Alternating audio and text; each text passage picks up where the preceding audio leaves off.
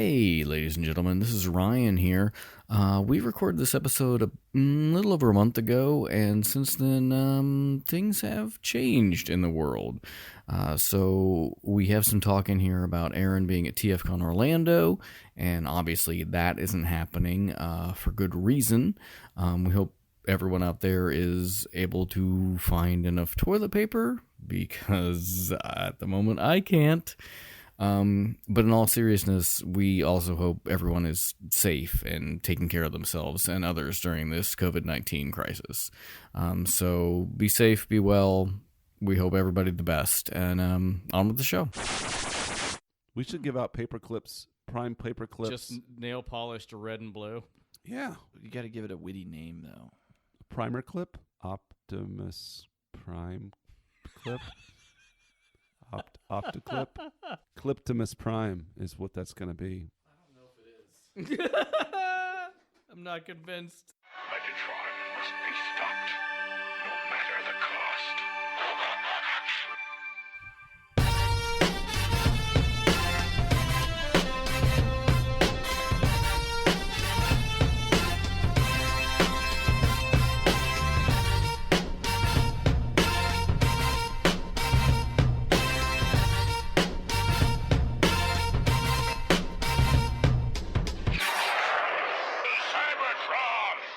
Hello, ladies and gentlemen, and welcome to the Autopod Decepticast. Your bi-weekly podcast delivers an episode-by-episode breakdown of the original G1 series. I know I didn't say that right. It doesn't matter. Episode number 123 of ours. Today, reviewing episode number 19 of the Transformers original G1 series, Season 2, episode City of Steel. Guys, are you excited for this? I am. This is another classic intro-less episode. I'm your host, Aaron.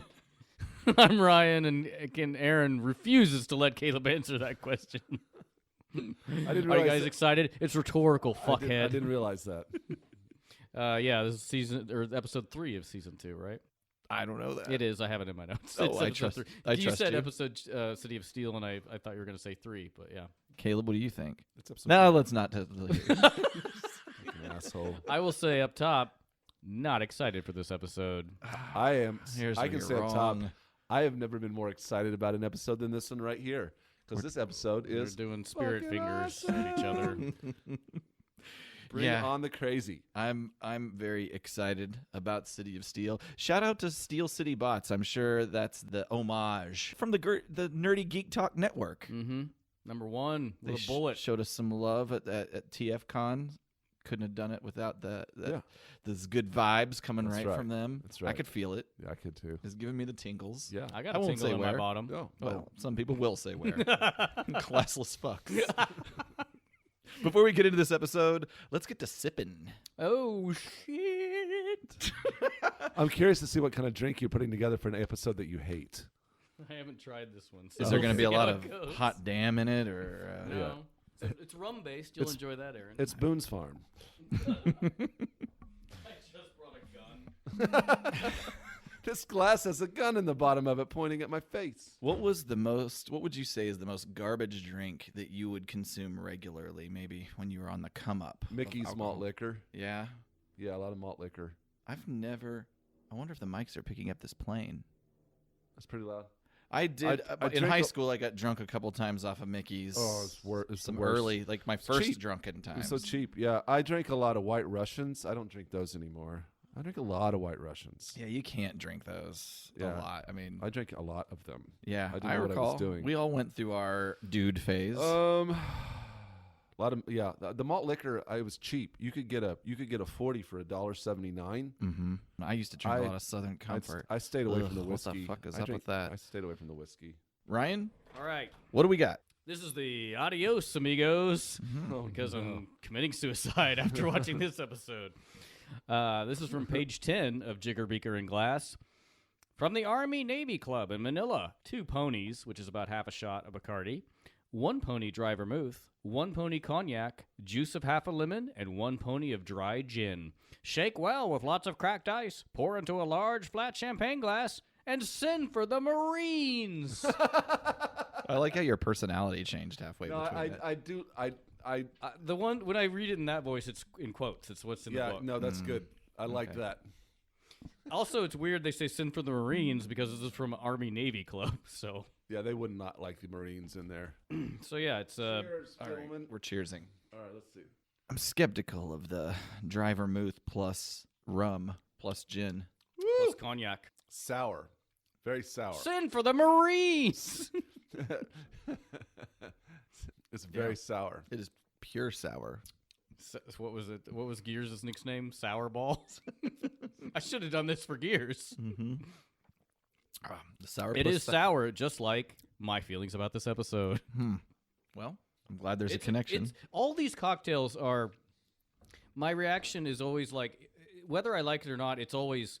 I've never had anything like that. Which is great. Which is actually I'm enjoying it. I'm enjoying. I would rather drink this than a lemon drop. You know, is a lemon drop more of a shot?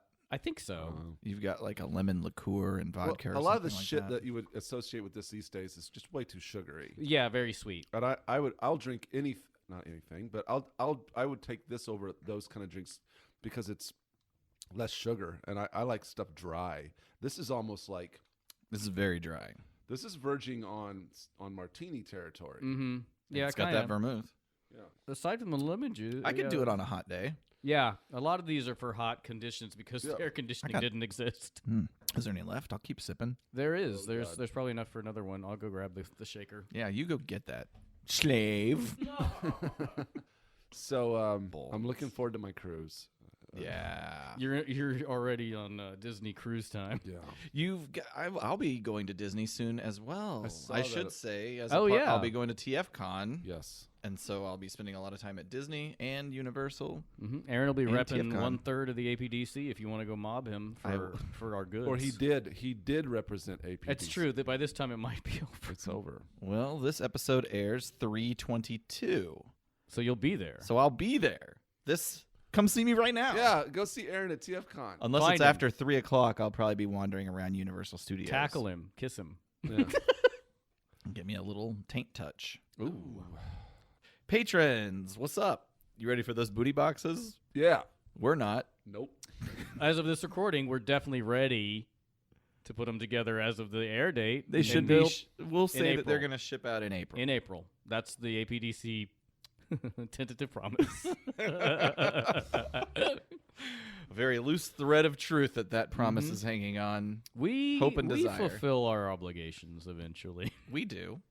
We always have. We always have. We We've always- not made that many.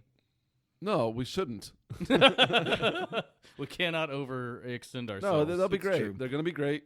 And when they're ready, they're ready. That's right. Everyone just hold your horses. April-ish. Sure. We keep saying like everybody's clamoring for Yeah, these like- I get an email a day from people famous at- footwear. providers of high quality knockoff Viagra. Hey, I do that. I do too. I don't know why they target me. But if you love what we do and you're interested in these merch benefits that supporting us has to offer, please check us out, patreon.com/APODDcast. yes, baby. So let's get into the last episode recap. A grumpy bag of gears got gleefully upgraded as Megatron's gang engulfed the get up and go from the sun's vigor. Let's get into episode 19, Steel City. Absolutely. From October 17th, 1985. Did I already shout out Steel City bots? You I did. did double shout out. We open it up. New York. All the landmarks. Yeah. Statue of Liberty. Empire State. Twin Towers. It never stops being weird. Qui bono. I have a couple of things to say up top on this episode. Well, it's up top. Please say them. The animation in this one is gross. It is. It's really weird. Which what coming happened? off of, I will tell you now. Coming off of one with really good animation, changing gears, it's not even necessarily that the illustrations are poor, which they are. The colors are all like muted and weird. Like everything looks filthy, which is not. I'm giving them too much credit to say in 1985 New York makes sense, but because New York was not a in this way. no, it just looks like the animation equivalent of a malaria infection. Everything is just gross. Yeah. It's distractingly bad. Yeah. So, the last episode was done by animation studio Toei.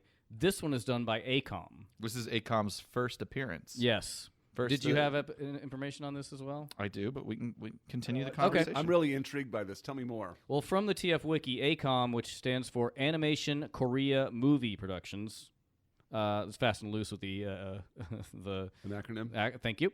Is a South Korean animation studio owned and founded by Nelson Shin, director of Transformers the movie.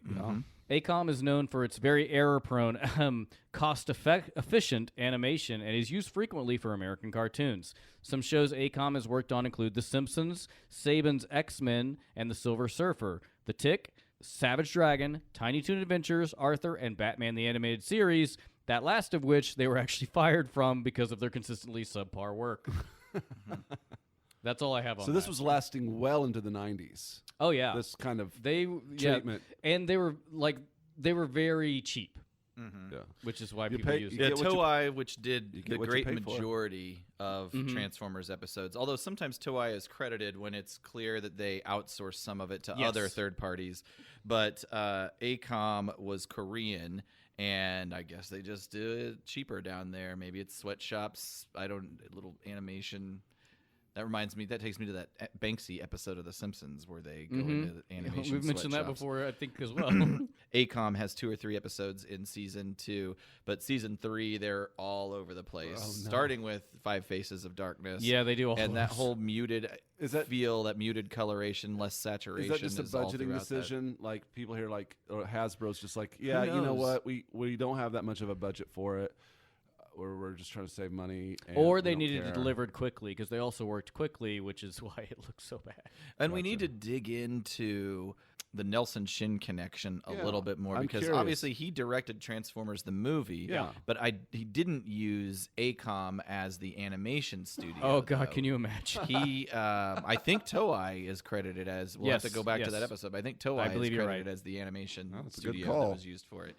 But no, it'd be So- weird. I guess like you'd think he'd be nepotistic and use his own company. He probably knew better. Unless it could have been mandated. No, No, Yeah, that's the we're doing contract. this with Toei. So yeah. I'm just looking at stuff in here. It's just like It's got more of a fucked. Hanna-Barbera feel to Yeah, it, like, I think. It's a this- little sillier. It's a less Everything's just detailed. More Yeah. cartoonish, yeah. More It's just kinda cartoonish. fucked. Yeah. Everything's just fucked The up. explosions and the gunfire aren't as cool and No. dynamic looking. It has less of what I would call what we kind of refer to as an anime feel.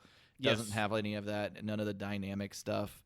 But that said, story-wise, there's a lot of It's fun stuff. bananas. I think that going my on problem here. with it is that I couldn't get past the animation because like I like comic books, but and maybe some people would say this is not the way to enjoy comic books, but if I don't like the artwork, the story's not going to move For me, I like that they just coincidentally had a bananas storyline paired with this subpar animation. disgusting Everything- garbage animation. Everything works together in the worst possible way. Yeah.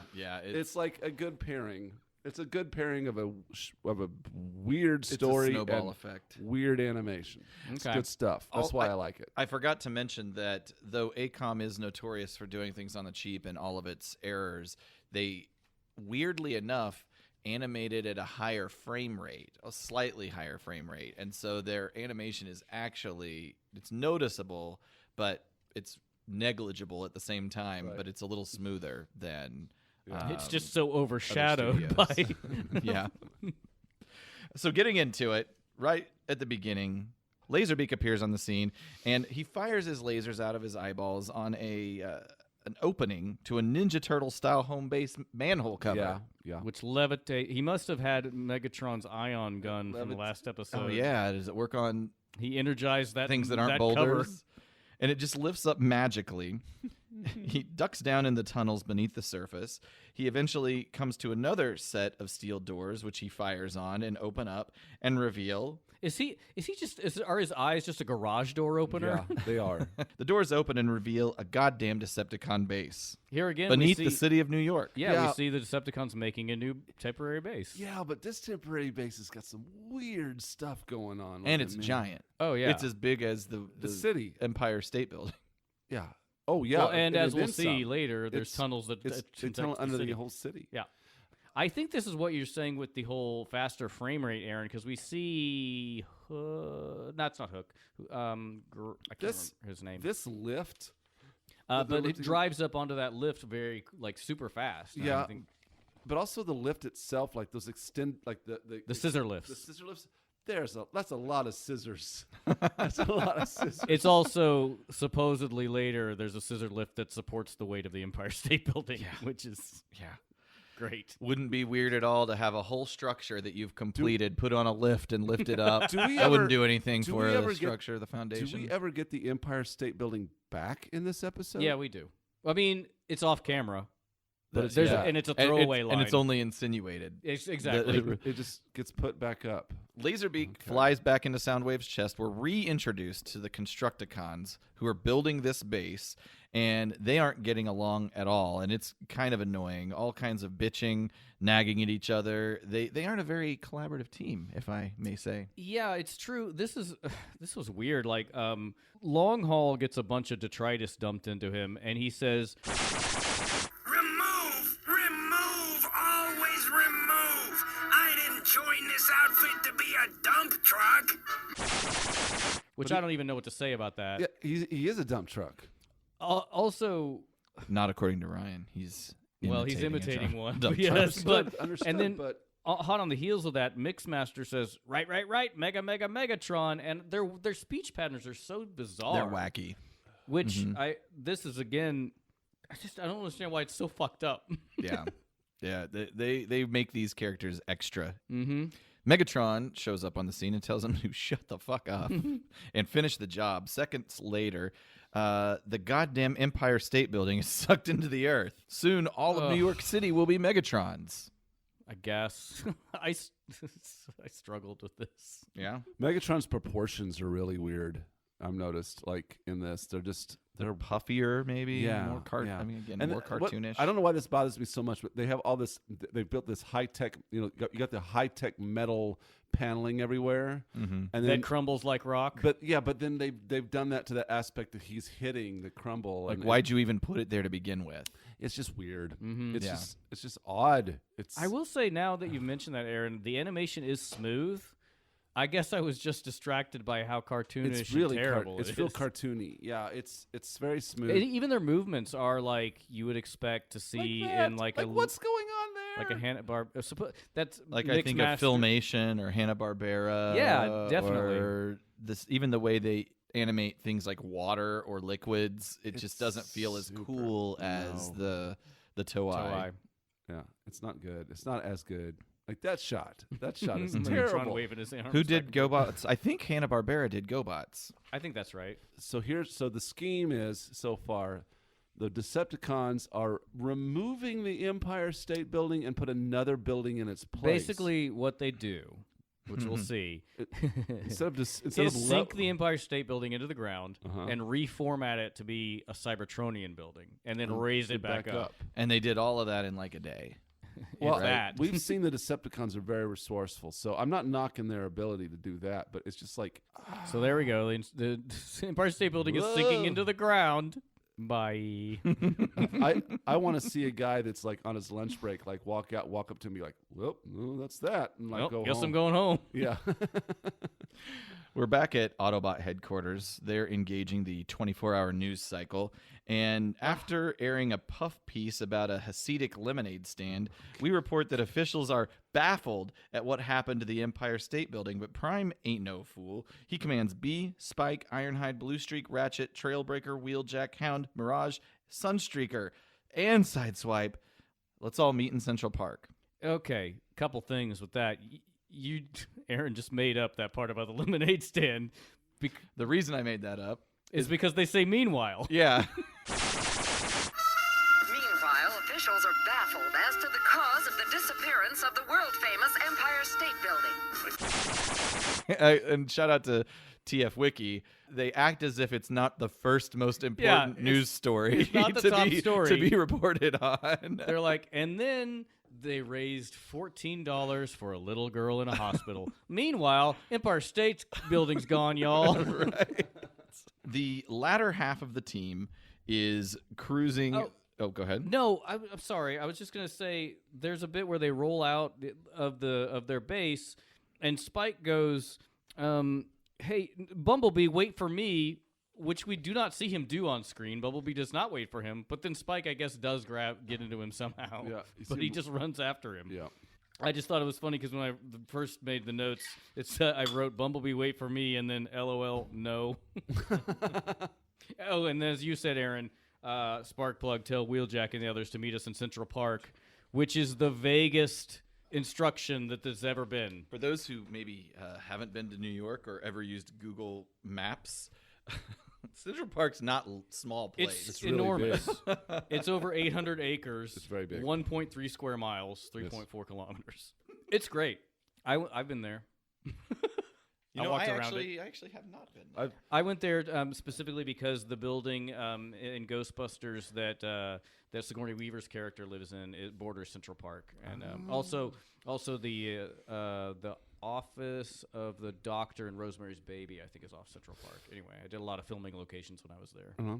There was a lot of fascination with New York in a certain way back in the 80s. I mean, it was. I think there continues to be. It's I don't think it's ever fallen out of favor. Did I you're hope right. You're right. Giuliani didn't coin the term America's city. In the 70s and 80s, New York was a garbage dump. Well, in like 1976, it was on the verge of bankruptcy, and it was there was a lot of blocks of derelict buildings, and It was filthy. Yeah, filthy. There was garbage strikes. It was Super hyper violent.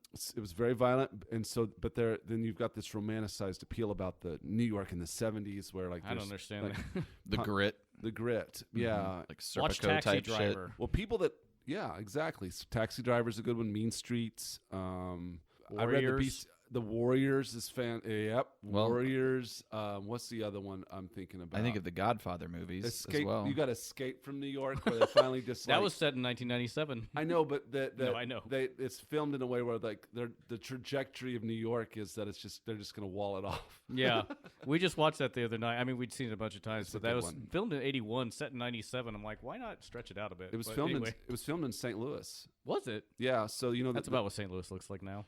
well, that's what St. Louis looked like in the 80s. It was just cheaper to film there. Like the bridge scene was it's the Chain of Rocks Bridge, and you can walk on it. And then there's a scene with the movie theater. That's the Fox Theater. Oh wow! Oh, okay. Like, it's the wow. exterior shot. And then the fighting, the boxing ring scene. That's Union Station. Interesting. shit. It was Wow, abandoned I at did the not know time, that. so they filmed a lot of the shots from Escape from New York in St. So Louis. Union Station was abandoned at the time? Were there not Yeah. trains coming into there? No. I guess Union Station is just the Metro Link now, though. There's no They like just, big. there trains was that no go through longer there. passenger train service. Okay. Like working that way, really. I'll have to tell Wes that her mom's from St. Louis. St. Louis was super bombed out. But anyway, I digress. Like, yeah, New York. I think in the 80s there was kind of, they were trying to get over that hump, and like, I love New York. I have some notes on that later. You say I love New York. That was part of that. That was part of the campaign. Trying to get it back from the brink of collapse. It's been a while since I've read the book, but the book, The Tipping Point, Malcolm Gladwell, he goes into how some key insight into turning the city around centered on graffiti in subways specifically. And they made it a point to clean up graffiti as soon as it appeared on subway carts, because that somehow or another went an extra long way, contributed more than you would ever think to people's perception and just the way that they acted in the city. Like like cleaning up the city helped clean up the city. Which I think honestly has gone in the opposite direction now, where it's like I saw some stuff about there was I don't know if it was New York, but like a train or a car that was graffitied, but it's gorgeous, and like people are like, I'd much rather see that than some corporate advertisement. Sure, but there's different levels. No, I know. Sure. I'm saying that's an example, but like, it was not a nice. The subway was not a nice place. Well, That's where the Angels came from. The Guardian vigilante group. Guardian Angels. Yeah, the Guardian Angels. But also Angels. now that like now that kind of scene is romanticized in a way where like, because it's really super expensive to live in Manhattan now, whereas during that point in time it was not. And if I'd go in a time machine, I would buy up a bunch of property in Manhattan because it was super fucking cheap. Our friend of the show, Ben Bunch, like he lives in Brooklyn now, and he's been there for like 15 plus years. And it was a lot better when he lived in Manhattan for a while, and then it just got too expensive, and they moved to Brooklyn along with a lot of other people. Brooklyn is a lot more gentrified than it used to be. Yeah, it's getting that way. And it's become a lot more expensive, so people now are really romanticizing that more down and dirty, non-corporatized. There's like an authenticity to it. That's right. There's an attraction to it. It's like it used to be more in their. Well, there's also authentic. like during the late 70s, like the Son of Sam era, there were like 3,000 cops for all of New York, and like at one point, I think a quarter of them were working on the Son of Sam case, and it was like. So just no violent crimes were getting investigated because they had no money. There was no money for the cops, and so you couldn't even call in a crime. You had to go down to the department and report it. So it's like it was a crazy, dangerous place to be. So we mentioned that, and since we're on this New York conversation here, Central Park is where they're headed. Yeah, right. And a couple stats about Central Park. Central Park was particularly dangerous this point in time in New York's history as well, particularly at night. I mean, there is a general rule: you don't go to Central Park at night. In 1921, there were 1921. Is that right? I might have to go back and look this up. My notes say 1921, but I think I meant 1971. Oh, hey, Ryan cutting in here again, just to say that Aaron means not 18. Oh, fuck. 1981, not 1921, nor 1971. Oh, good Lord. Just you're talking about Central Park. There's a Rolling Stones song called "Miss You" from the mid '70s, and there's a part where he goes, "I've been walking Central Park, singing after dark. People think I'm crazy." Well, I think it's supposed to be 1971. We'll go back. I can't imagine why you'd include 1921. I know, me either. That's why I think it was 1981. 731 robberies in Central Park that year. In 2011, there were only 17 robberies. Wow. So it goes to show how it was cleaned up. And all that said, it looks like in 2019, there were actually 20 robberies in Central Park. So the crime has actually started to go up marginally. There also was the first murder in Central Park in 17 years. Oh, wow. In 2019. That wasn't me. I wasn't even there. I wasn't even there. Actually, I was there. Depending on when that was in 2019 that you went to? Yeah, we Oh, went that's right, after DC. After DC, after TFCon, West and I went to New York for a couple days. You both are in on it. We got you. Well, our eyes are on you. Did you was it for some shoes, some sneakers? Oh, the robber or the murder? Yeah. No, revenge. Okay. All right. Wrath. We'll get into that on another episode. The Autobots, the later half of the team, is cruising through the upper New York Bay when Laserbeak spies them. And they know it's happening, and they're like, "There's nothing we can do about it." I guess. Yeah, and they're using their hydrofoils, Yes. as we saw back in the Ultimate Doom. That is the second time we've seen them use this? Yep. Okay. APDC episode number 115. Laserbeak goes back to Megatron and reports the Autobots are headed for Central Park. Don't know how he knows that, but whatever. Megatron says he's going to send a welcoming committee. The main group of Autobots, Optimus Prime, Ironhide, There's apparently no traffic. There's no traffic problems. Not at this point. Nope. Too expensive to animate. The Autobots arrive in Central Park, at least. So I need to articulate this. There's two groups of Autobots. You've got the group that consists of, who is it? Wheeljack, Prime, Bumblebee. Well, no, Wheeljack and Mirage and Hound. Let's go here. Sideswipe. We'll just back it up, because my daddy taught me good. Yeah, I think it's Sideswipe, Sunstreaker, Wheeljack, Mirage, and Hound. Yep. So they're taking one path over the water. And then the rest of the group, which is Bumblebee, Spike, Ironhide, Bluestreak, Ratchet, Trailbreaker, they are taking the road. Yes. So you got two groups of Autobots converging on Central Park. The ones that get to Central Park first are the Prime's group of Autobots. So they're at Central Park waiting around for the other guys, but the Decepticons know that they're there, and they show up. And they show the first thing they do to engage is Frenzy appears and reminds them that being in Central Park can be hazardous to your health. So there's there's where the crime a little comes reference to that. the Autobots transform to engage. Rumble and Frenzy use their pile drivers to shake the ground, which proves very effective against Ironhide. Let's watch. Well, first, Soundwave shoots Bumblebee in the ass, and he flies out of frame. Everyone just looks Just standing around.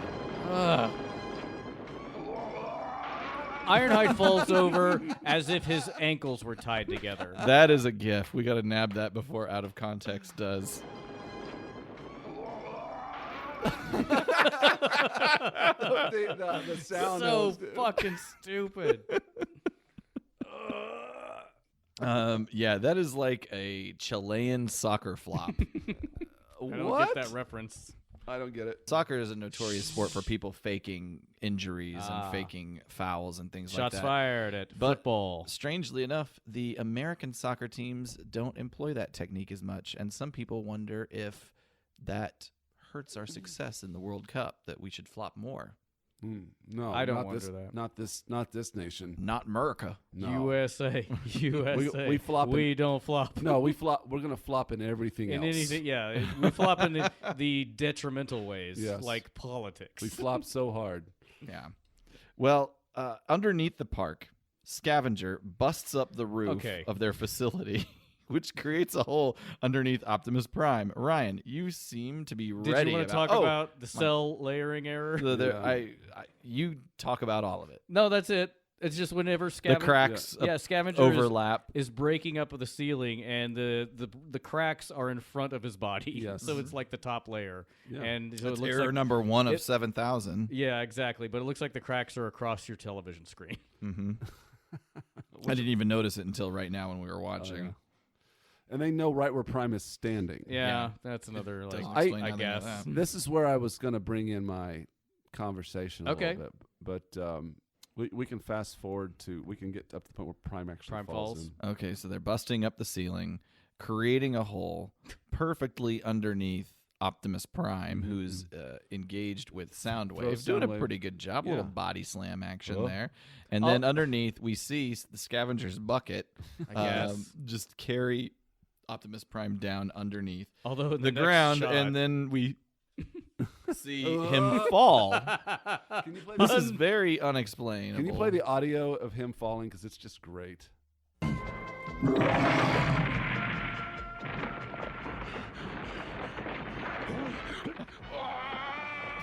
Hang on a minute. You hear that? Yeah. that was Prime chucking And Soundwave, Soundwave making a noise. making that weird noise. Hearing it through headphones is a whole different Yeah. experience than when I'm just watching it on the screen. It's a whole new world. Watch this.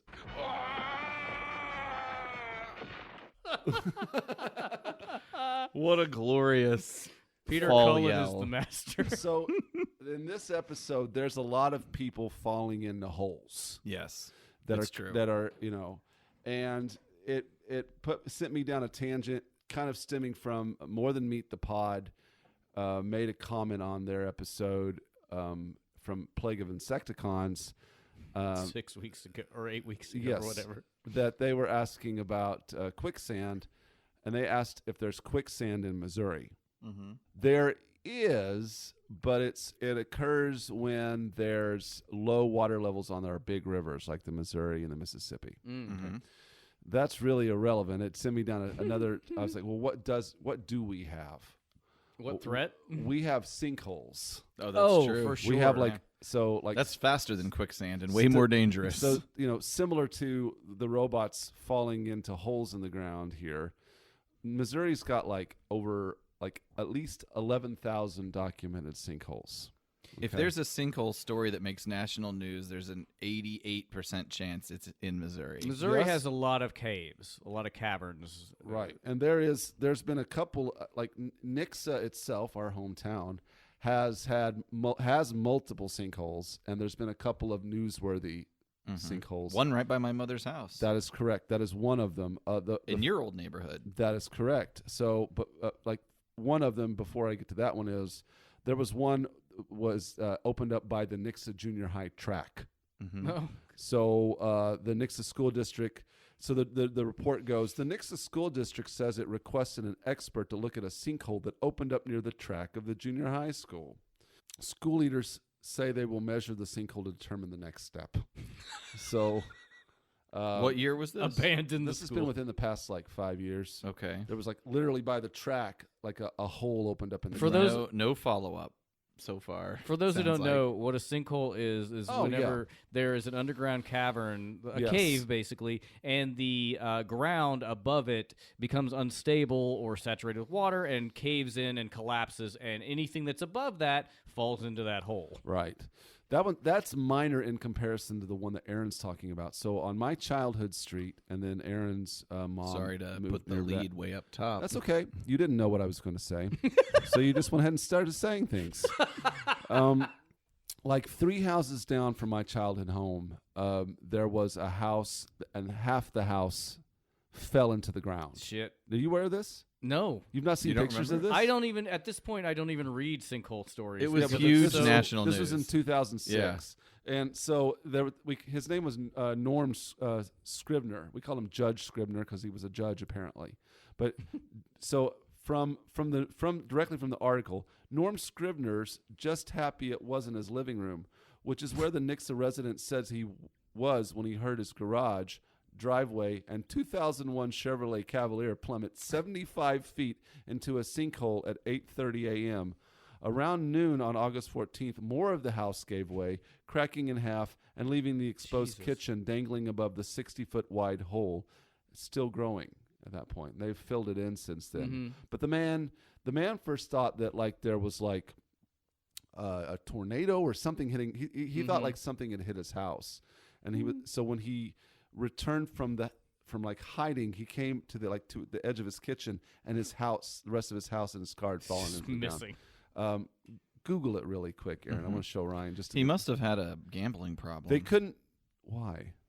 I mean, a judge driving a Cavalier, Chevy Cavalier. Oh, I see. Yeah, right. Yeah, I had that in high couldn't, school. They couldn't get that car out of there. Like it's still there. I do like how they mentioned the car. Like that's specifically one of the problems. Right, I like how they- He has no car now. Yeah. Swallowed half Well, the goddamn house. That's terrifying. yeah. 'Cause And you it know- happens like that. Yeah, it's That's the other instantaneous. thing. I You played- never know. And I played. Look at that. I played on that street. I mean, what if it was just like a few feet further over? It's Well, this is massive. why you just never relax. Yeah. Everybody head on a swivel. Nixa now does have an annual holiday on sinkholes. Oh my God, really? Yeah, you didn't know Like that? Sucker Day? Yeah. You don't know about this? I don't read the news. It's called Sinkhole de Mayo. Fuck you. Fuck you. Was all this just to get to that?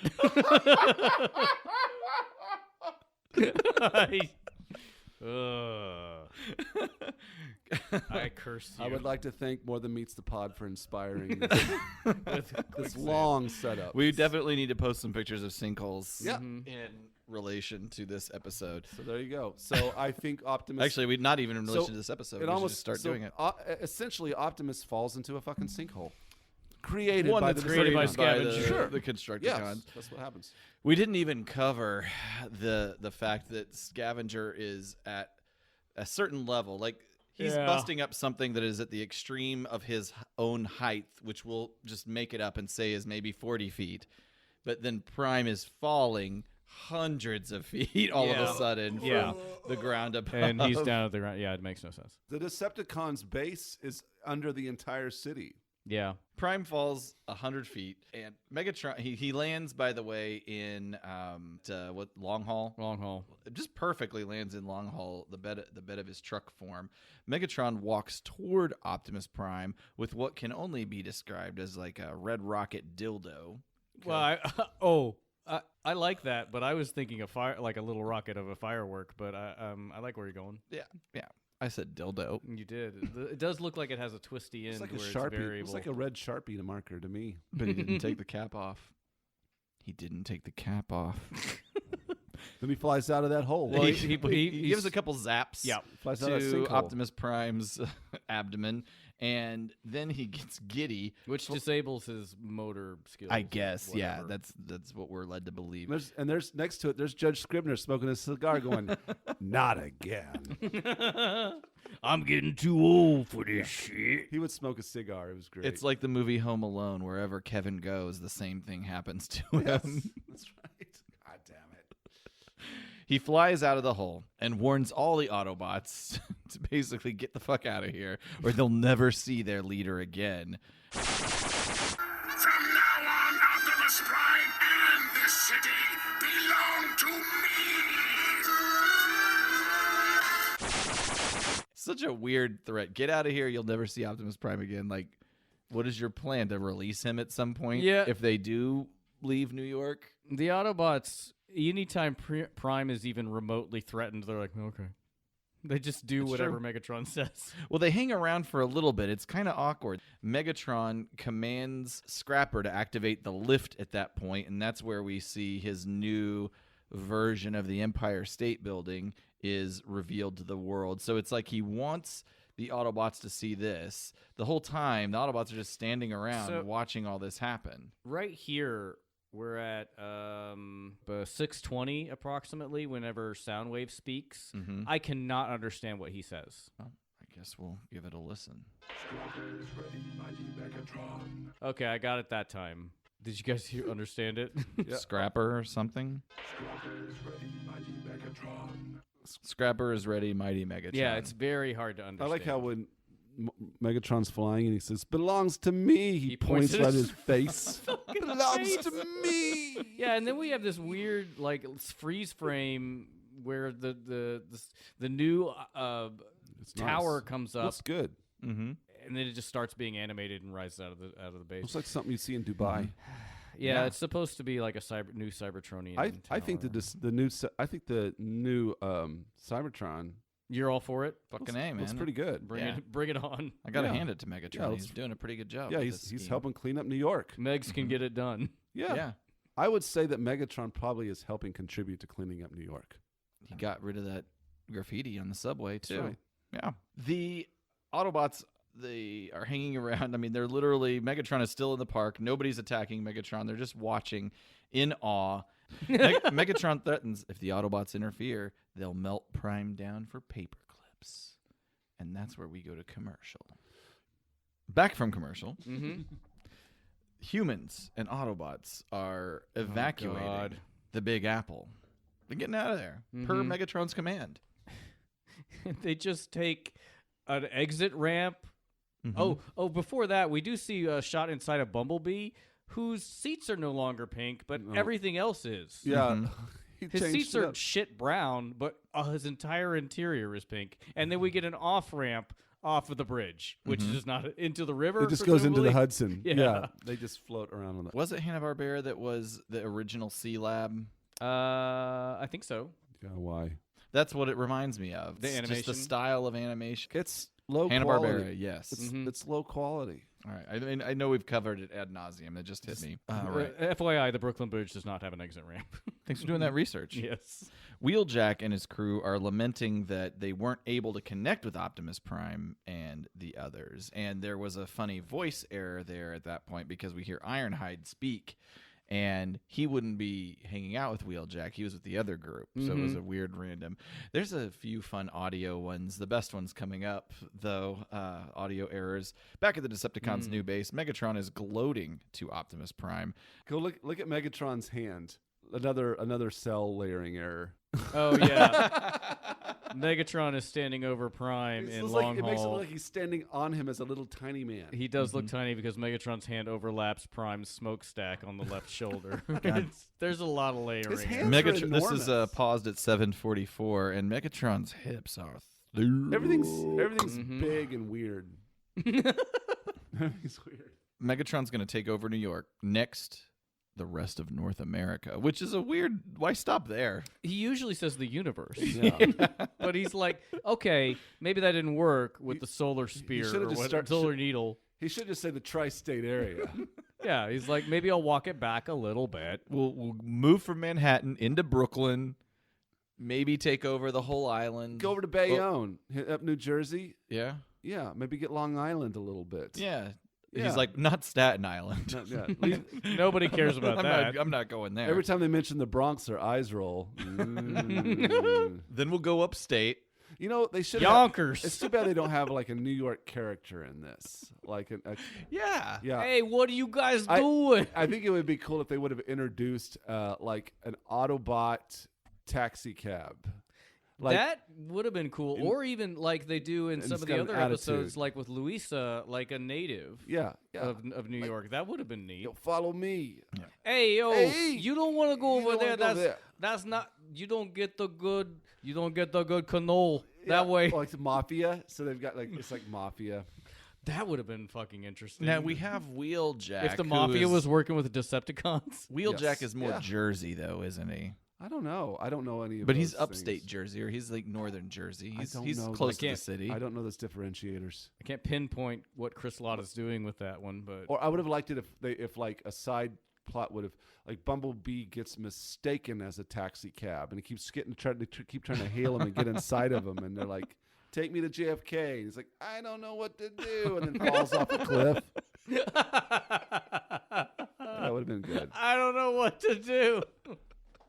Drives into the river, Yeah. which we'll see. He's in the river pretty soon. All right. Mm-hmm. I guess they did take an off ramp into the river. Holy shit. Is that what they did? Well, yeah, Spike says, I have an idea. Take a left, which they do not. They take a right, and then they drive onto the off ramp of the Brooklyn Bridge into the river. It's crazy.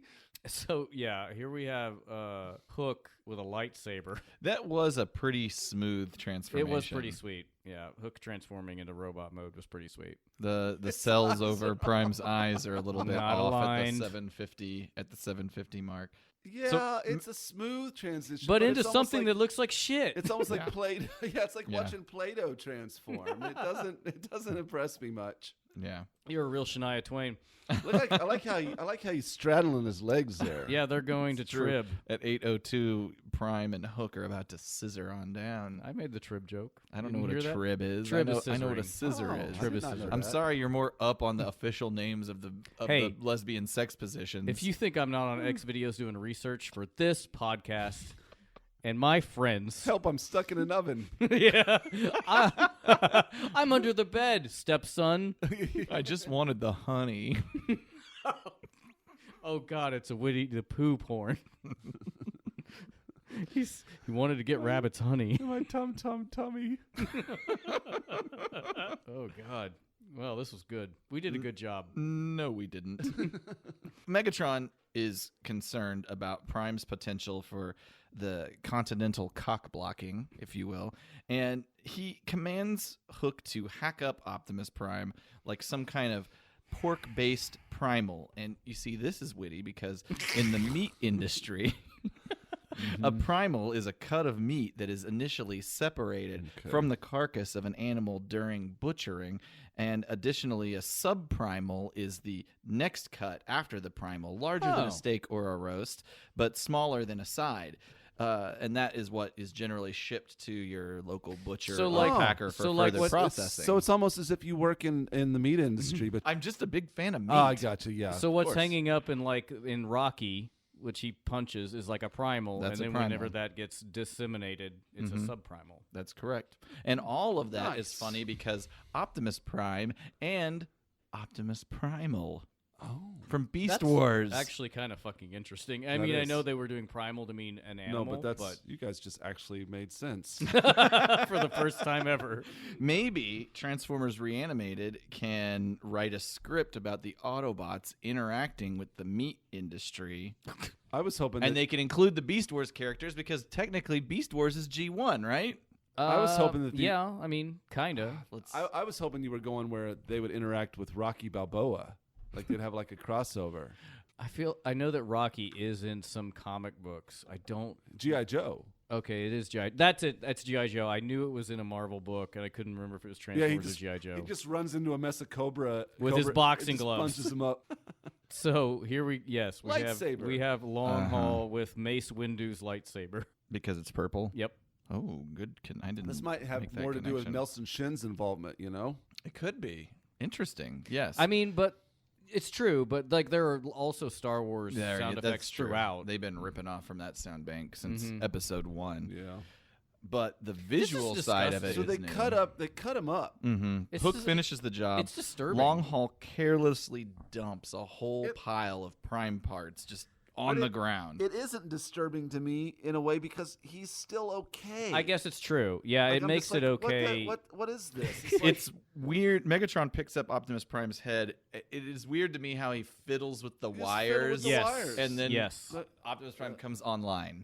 It's like, so does that mean that you can do that for any Transformer? No, just this one time. Just and this not one in the time. movie. Oh, certainly not. So Electricity connects, it flows through Optimus Prime's brain. He says that as long as he has any power at all, he will fight Megatron. And this is where we see that apparently he has Bluetooth ability to connect to his arms, which Yes. grab Megatron's ankles, kind of Evil Dead 2 style. How did they move like that? Not important. And that freaks Megatron out. He disconnects the power and tells the Constructicons, get rid of all of Optimus Prime's parts as they see fit, and he's going to hang on to the head.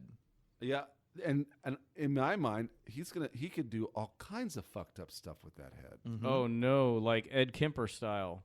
Possibly, yes, or just play basketball with it. Ed or- Kemper decapitated his mother and fucked her mouth. Yeah. I know. I wasn't up on that one. Yeah, And I was fucked trying to. her mouth. I was. Oh, yeah. I was quickly A trying to. lot. I was quickly trying to move it to basketball, but nope. Ryan pulled it right back over there How do you know so much about Ed because he's Kemper? talked about it before. Oh, has he? I don't remember Yeah. that. Okay. He's one of my favorites. Oh, God. Go ahead. I wondered. Why not just kill Optimus? Yeah. Sorry. No, you're right, I though. didn't mean to interrupt you. That You're goes back absolutely right. But that goes back to the old like Austin Powers. Like here he is, shoot him in the head, and he's like, "You just don't get it, Scott."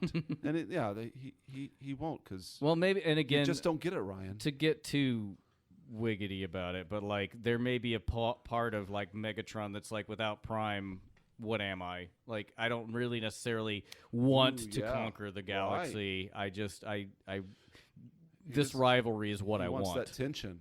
Yeah, that would be really cool if That that feels like a weird thing to base an existence on. he's like holding Prime's head. Yeah, it could get really fucking weird. Like I can't get, like it could get really weird. He It could always get wants so- the potential for Prime to be able to come back. Yeah. Yeah. Now, I can't wait to get to season 3 because isn't that part of what drives Galvatron insane? What? The thought that Optimus Prime is gone and dead and Oh, whole I kind thing? of do remember something like that. You may be right. Well, I mean, we'll get there in 2 years. I just see like Megatron like taking his Optimus's head and like just start like opening up to it in a weird way. Like I can see that. talking and confessing things and saying. Oh yeah, he could just be stuff. himself. Yeah, he can be, and Optimus is powerless to just receive that information, but and a very weird situation where, you're getting Shakespearean on it, in a weird Absolutely. way. That's actually He's a fascinating angle. idea for like a limited series. yeah, I love it. We got that. do you think That's our, TM it's our idea. APDC. Yeah. TM APDC, but we'll license the idea out to Transformers Reanimated Absolutely. to actually do the work? Because I And don't make got it time. and make it interesting. I wonder if there's any connection to this visually to those early Marvel episodes where you might recall very early in the series, Shockwave wins the war. He fucks up the Decepticons and the Autobots in one major move, and he keeps Optimus Prime's head disconnected from his body. He's trying to suck the creation matrix out of Optimus Prime, which is the analogous to what becomes the matrix of leadership in the cartoon series. I wonder if there's any callback to this because this was produced way after that. I had that note too. This is what it reminded me of. It's issue 5 through 8. So like you said, basically picking up after the limited run, where Prime is just a head kept by Shockwave, and he actually mentally transfers the creation matrix to Buster Witwicky. The Spike analog. Yes, although Spike exists in that universe too. He does. He but later not becomes- for like 8 years. Right, and he's an asshole. Right. Mm-hmm. He's a college boy. Yeah. Although by the time they introduced him, maybe I'm just exaggerating in my head how long that Marvel series ran for. I mean, it started in '84. It had what, 85 issues or something like that? If his brother, by the time his brother came back from college, which was after the headmaster days, he still should have been fucking around the house as a high school student, like an older high school student. Well, there are only 12 issues a year. I think they were doing 2 per month for a little while. They did 80 Nope. issues. What's 80 divided by 12? We're going to say I don't know. 10-ish. If they're doing it monthly, it would have been going on for almost 10 Holy years. shit. This is pointless. It is. The Autobots are sneaking into the city through the sewers. Ryan, you're right. It doesn't, like, they exit in the off-ramp and they're in the water. And Spike is in the East River. So this is just more proof that he is immortal and impervious because he's swimming in the most polluted river on the eastern seaboard. And he's sitting on Bumblebee's head. Why? Also, this continues for a while where he's just fucking sitting on Bumblebee's head. This is a little piggyback ride. It's nice. I like it. I guess it's for efficiency. Efficiency. I would, if I was hanging out with those guys, I would want to not. He would just drag behind if he was walking through. I mean, it's ankle deep to Ratchet, but Yeah, that but means it'd be Spike- waist deep. It's to a Spike. kid. No. It's a kid thing. Kids love to piggyback ride. But that's not a piggyback ride. That's riding on his shoulders. That's not piggyback. That's up on the shoulders.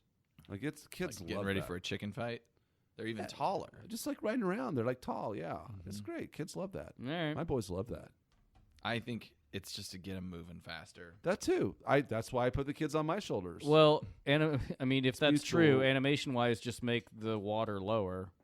Or Okay. just have him up on Bumblebee's shoulder. Who gives a fuck, Ryan? I just What's think your it's problem? weird. It's super weird. We've never seen it before.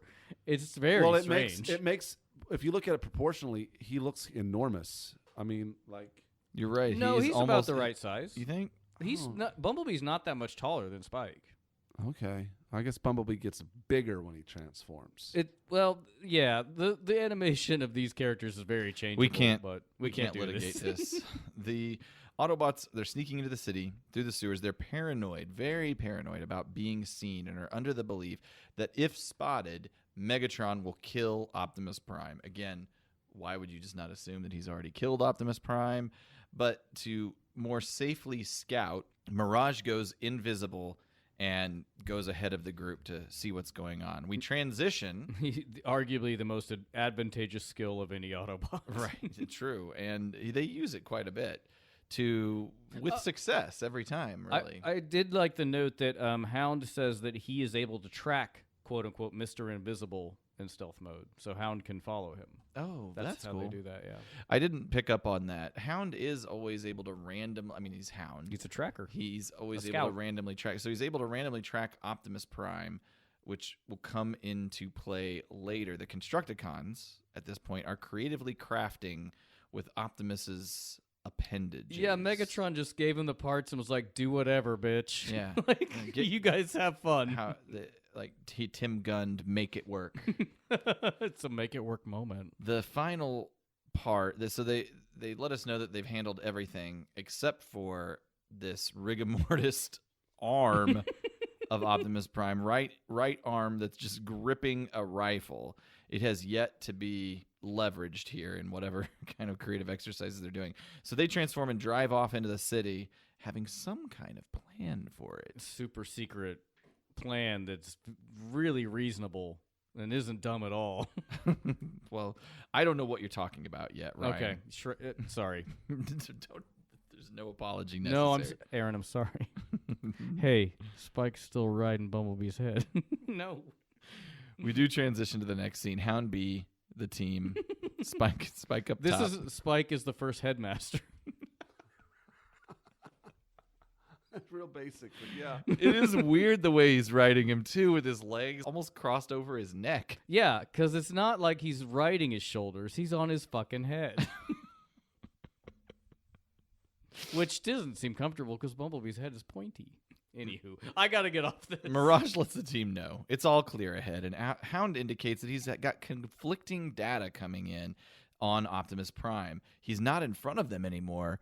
He's behind them. What could that even mean? But out of nowhere, a red and blue robotic crocodile appears from the sewage. It savagely pursues the Autobots, who lure it into an abandoned subway car, get it stuck, and send that croc cart to Coney Island. They very casually saunter away from it. Like, they do not seem that concerned. Oh, you're right. They just kind of like, God, the laser fire is so It's shitty terrible. looking in this Mirage episode. is firing at the alligator con, and it's bad. Guys, this might be a long shot here, but do you that alligator looked like it was made from familiar You parts? shut your stupid mouth when you're talking to me. They really telegraph it. It also has an Autobot symbol on it. This obviously is a reference. There was this big urban legend in the 80s yes. about alligators in the sewers, particularly in New York City. New York City sewers, yeah. And they would say that people would have pet alligators. First of all, who had pet alligators in New York City? I'm sure people did. I don't know about New York City, Maybe but a couple weirdos. if you watch Dangerous Liaisons, is it Dangerous Liaisons? Or There's a show about people who have crazy people who have dangerous animals, and some people do keep alligators, but they don't flush them down the toilet, which is the urban legend. But they're not going to be a full-size alligator. But for example, I played a show the other night, and there's a tattoo parlor that's opened up next to it, and we're back behind the building, and I look over because there's this tattoo parlor's moved in, and there's an aquarium in this window, and I look in the aquarium, and all of a sudden I see movement, and it's an alligator in this aquarium. That swimming. seems irresponsible. I understand, but I'm saying so that could easily happen. People have aquariums with alligators in them in New York. Was there ever in reality an account of an alligator being in a sewer in New York I do City? not think so. There are accounts. Who's keeping an alligator for the 3 weeks that it takes to get from the size you got it to where it could still fit down a toilet? Yeah. Like, I give up. See you later, alligator. Is it like when people get baby chickens or ducks for... Thanks, Oh, Caleb. God. Wow. The biggest reaction I've ever seen. They get into the worst, weirdly painted the subway car is painted weird. Like, look when they open looks like an Yeah, army. it's it's bad. like it was vehicle. colored in with a magic marker somehow. It's weird. It and- doesn't match anything. Yeah, the colors are real bad. And then, like, Hound makes a joke about where it's going, and he says the last stop is the river, which is not a subway stop, but whatever. It's like the subway car is drawn really, It does look like it's colored by colored pencil. It's colored really bad. It's just bad watercolors, I think, is what it is. Like, were they instructed like, or make it look as dirty as possible? I think it was just Dirty like subway as fast car. as possible. It's just weird. It was really weird. But they didn't do it to other animated elements. I know. though. It doesn't match. No, none of anything this else. looks bad. But the quality of that subway. That one was car particularly is egregious. Weird. Yeah. They definitely had kids doing it. Oh, no. No. Without a doubt. No. So you're pretty close here. We are at about 11 minutes, 20 seconds, where Michael Bell delivers Scrapper's line. Yeah. Okay, go ahead. Go ahead. Well, just tell us where we are. We're at 11. The Decepticons and the Constructicons, they're out in the city, tearing shit up, rebuilding shit. Making it Everybody's better. having a great old time. Even Starscream is feeling the good vibes and is giving gratitude to Megatron because this place is starting to feel like home. Mm-hmm. And so the Constructicons, particularly Scrapper, is moving some garbage. And Michael Bell's delivery... Look, Megatron! If the Autobots ever drive down this street, they'll be riding down their own grave! Yeah. That doesn't sound evil at all. It doesn't sound like Scrapper. It sounds like Prowl. I don't know what Scrapper sounds like. He sounds like Prowl, but with a gravelier bend, because that's who does Scrapper's voice. Right. But, like, that just sounds like it's delivered like Prowl. So... Yeah, It's weird. Is it about Michael Bell's delivery, or is it about the processing of the vocals? I think it's his delivery, and I don't know if maybe he was just not thinking about it, because he clearly says Megatron, so he knows he's Right. doing a Decepticon. So I think maybe he just had an off day. I'll be one of those people next time I go to a con and he's up on stage. You're going to be the guy to hit him with that specific scene, and he's not going to know what the fuck I'm talking about. Not at all. But I'm going to insist that he must go into the most extreme amount of detail possible about that It is scene. unfortunate that they get questions like that. The whole just jam a car into Into Mixmaster. It's like And then it just pumps out a stack of steel beams. That's new. That's pretty fun. The place, it's starting to feel like home. The Decepticons, they built this city not on rock and roll, but on the ground where the 14th and 18th precinct of the NYPD patrol. You see, the 14th and 18th cover Manhattan Community District 5, which we more commonly call Midtown, and covers the neighborhoods such as Hell's Kitchen, Chelsea, as well as Murray Hill, Kips Bay, Turtle Bay, Koreatown, Madison Square, Union Square, the Meatpacking District, the Diamond District, Gramercy Park. I like that. I like Midtown. Chinatown is excellent as well. Yes, it is. Canal Street. What about Little Italy? Borders Chinatown, excellent. I was wandering down Chinatown the first time I was in New York, and all of a sudden started seeing Italian flags. I'm like, what's happening? And realized I'd wandered into Little Italy. Mm-hmm. It's great. The whole area is great. Like downtown is great. Okay, the Autobots. They've invaded the Con's headquarters and located Optimus Prime's head. Mm-hmm.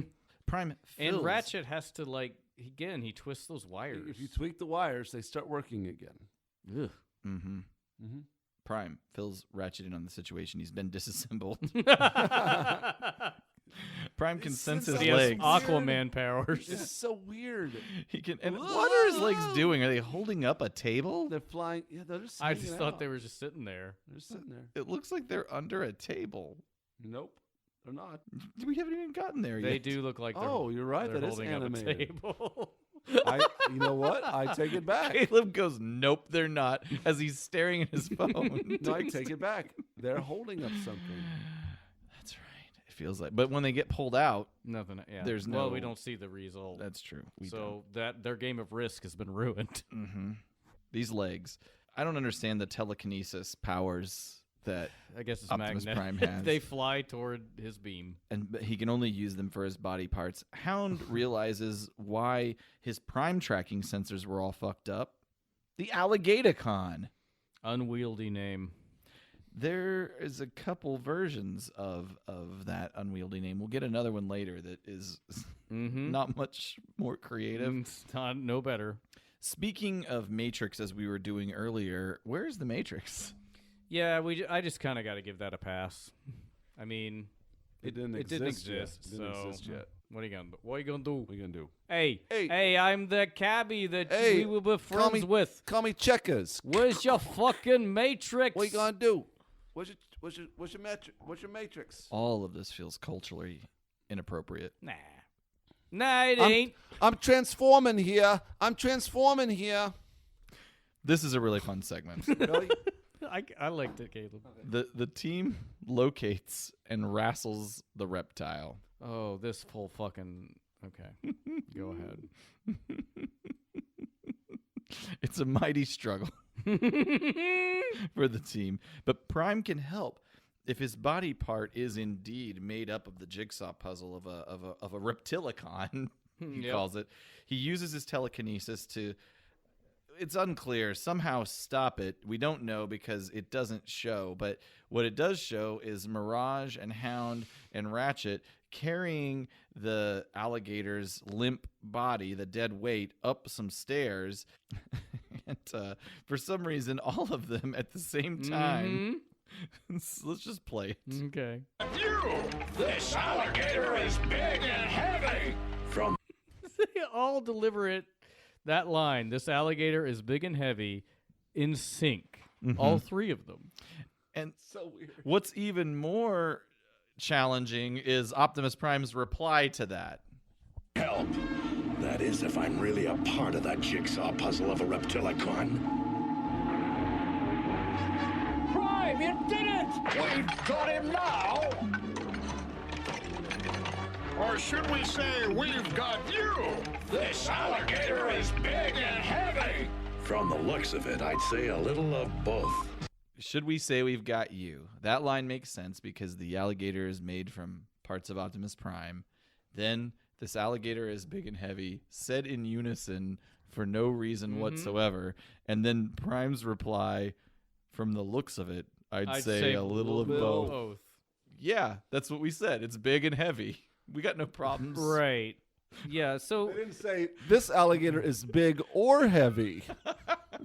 I wrote down like that part from the TF Wiki of appears to be a result of an editing and directorial snafu. I'll say. Prime should be responding to the Autobots' previous lines, now we've got him, or should I say we've got you? And then he says, I'd say a little of both. That makes so much more sense. But instead, this is the combined Ratchet and Mirage line was likely intended to be a series of ad-libs as the Autobots struggle with the Alligator rather than a straight line delivered before Prime. They ad-libbed it perfectly. That is laid over each other. It is perfect. It's just Ratchet and Mirage are the ones who say it. Yeah, whatever. But it's so weird. Anyway. Ratchet repairs Optimus Prime fully, accepting his right arm, which is somewhere above ground. Mm-hmm. Let's go get that shit. I like at this, Prime is fully repaired, but there's still plenty of parts of his on the ground here, including, I don't know, what Part looks of his like chest. a chest window. And Where'd they get the alligator head? they must have just molded that from... It does bear mention in this whole episode, as we see in several other ones, almost all of them, the human governments make no attempt to do anything against the Decepticons. And they evacuate fucking 7 million people in 1985 in like a matter of minutes. And everybody's gone. Prime's got one arm. I can sense it. I just hug you with my one arm. Prime gives the best one-arm You can't hugs. hug your children with nuclear arms. Tell You that, go. Tell that We to don't the, talk about nuclear power Tell that on to this tell show. that to the French. Again, I'm grouping nuclear arms and nuclear power into the same thing, Which, yes. which is not good. Shouldn't do that, Caleb. Not a good idea. You're going to get called out. We're going to flip. Flip to Jack, Heidi, Streaks. The rest of the gang, they're wandering the streets, remarking on how the neighborhood's changed. In the process, they locate Optimus Prime's missing arm at the tip top of Megatron's Cyber Empire State Building. Yeah. Constructicons put Prime's arm as a fucking stupid cannon at the top It of the is Empire dumb. State Building. It's really dumb. Well, with all that work they did sculpting an alligator out of his parts, now that was pretty cool. They just jam his arm up. Yeah, It's just stuck to it's the a top. beautiful like building, and they just put this dumb arm at the top. If of you it. were Also, It's this place weird. has a bunch of gun emplacements. It's weird. Like, It's so Yeah. weird. that never fire. It's so weird. if you were an architectural critic, you would probably have something to say about that arm. Oh, certainly, absolutely. You would call it out as a bit out of place. A bit out of place, but someone would be like, "Oh, but the way it's juxtaposed is so like like The statement it's making. It's just brilliant. Mm-hmm. An Some arm, fucking kiss ass. it's an arm at the top. Is it saying hello? Is it saying goodbye? Is it giving you the middle finger? It's holding a gun. Is it holding a gun? Oh, the whole city is up in arms about this. Ooh. nice headline to the Yeah. New York Architectural Review magazine. Someone would spin it that way. Tossed to Megatron. He's at the top of the tower. He sees that Prime has been reassembled. I'm going to pause it, just call out a fun error. I know we can't do them all. He sees that Prime is back together and back Oh, I see. alive. And yeah, he's got his arm. in this frame, he has both arms. I did not notice That's that. at what, 1414? Oh, it's Yeah. the worst. I like how Soundwave just starts pushing the button incessantly when when Optimus That's the zoom in button. No, to fire Optimus's arm. Mm. Cracks me up. The same button that they use for the camera is the same button they use for the arm. Mm-hmm. Hey, multi-button functionality. That's right. It's not a good to know. unitasker. No. They press that button and fire on them suckers. And we go to commercial. Yeah, the wacky thing about this is also we see the teams come back together. So the Autobots who have been separated in two different groups this whole episode all of a sudden are in the same place at the same time, unexplained. How do you feel about that? I feel great. I hate this episode. Oh, it's good. Gonna get into that King Kong shit. This alligator is big and heavy. You can say that again. Say a little bit of both. What? Prime's arm cannon. I would have is- thrown his head in the garbage at that point. and it just makes it in. Swish. Nothing but net. Prime's arm cannon fires on all of the Autobots, much to Megatron's glee. You got Blue Streak and Hound. They try to transform and drive off. There's a huge hole right in front of them, and they fall right into the sewers. Sinkhole. They drive right Is into it? I don't remember how. sinkhole. Yeah, I guess it is a big sinkhole. Hey, heyo. Once they hit the ground, the bright light of a subway train is coming at them, driven by none other than Rumble. Or is it Frenzy? What? The colors change, What? so maybe it's both. Yeah, and Scrapper says, you're just in time to take the A train, which is a Duke Ellington jazz reference from the 40s. Nice. Just the way the kids like it. Yeah, love him. Love it. Love him. At this point, a 40-year-old reference. I like the thought of him being like a jazz guy. Yeah, they should have done more characters like that in the style of Yeah, make references to like made a Kind of Blue reference. little Something. bebop. Something. Something in my pocket for you. This is a fruitful conversation. They fire on the train. Mm-hmm. They keep firing on it until it explodes. And the train does explode, tossing Frumble out of the car until they're safe. Let's go back up top. Streets. Decepticons send a battalion of weird taxi cab attack Decepticabs. drones after the Autobots. Okay. They fire on Bumblebee and the Judo brothers. Additionally, 3 of the Constructicons are manning some turrets, keeping everybody pinned down. Yeah, this is another time where Mixmaster goes, here they come, Autobots. It's fucking stupid. Oh, I will say, according to the TF Wiki, in regards to Mixmaster, though it is widely regarded in the fandom as his normal way of speaking, this is the only time Mixmaster's speech oddity shows up. Interesting. Which is that Repetitive, like Autobots, Mega-Mega-Megatron. Prime doesn't have an arm. He doesn't have a weapon, but he can still transform. He commences to do I'm glad a demolition derby. I will have to hand it to him. I'm glad they transformed him and left out that component. Yeah. Even though part of his arm is his wheel, but that's fine. But they at least took. is it? They took yeah, it. his forearm they, is his front wheel. They took it into consideration. No, it isn't. Yes, it is. I would have liked him to try to transform and then His been forearm has a wheel on it. No, it doesn't. Yes, it does. Ryan, You can look at the toy, right? You could look at the original toy. the wheel is on his hips. His back wheel is... Are you right? You might be right. You're right. But it does show his forearm. A part of his forearm that would jam into that side of Yeah, his that's chest why I thought it was wouldn't part exist. of his wheel. But you're right. No, you're right. It's on his hip. But yeah, I'm sorry. Yeah, you win this round. Sweet. I think I'm 3 for 3 on episodes where you said I'm right. Ryan's slipping. 3 for 123. Optimus Prime